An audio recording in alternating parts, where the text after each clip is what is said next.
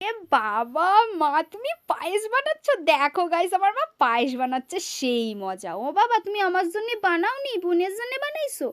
আর কি করা বোনের বার্থডে সাইজে-গুজে বসে পড়ছে আর আমাকে দাও ছিঁড়া জামা পরে ঘুরতিছি। যাই হোক, বোন আমার এখন কেক কাটবে। বোনকে আমার তরফ থেকে একটা ছোট্ট গিফট দিয়েছি। দেখো তোমরা, বোন তো অনেক এক্সাইটেড যে কি গিফট দিয়েছে দিদি আমার।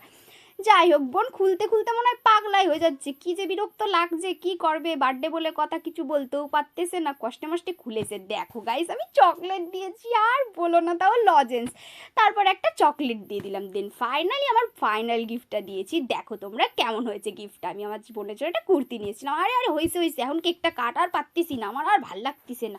আমি যেন হাঁ করে তাহাইছিলাম। ফাইনালি কেকটা কাটিয়েছে। দেখো খালি এবার আমি সবার আগে খাবো, হাঁ করে রয়েছে, আমারে দেয় না, তাই আমি টাইনে নিয়ে কপ করে মুখে পুড়িয়ে নিলাম, আর ওকেও একটু দিলাম। সবাই কেক টেক খেয়ে নিয়েছে। দেখো এখন ক্রিম মাখামাখি করছে। আর বলো না, বার্থডে আর একটু ভূত না হলে হয়, তাই জন্য একটু ভূত বেনে নিয়েছে সবাই মিলে। যাই হোক আমি কেক খাই, তোমরা আমার চ্যানেলটা সাবস্ক্রাইব করো।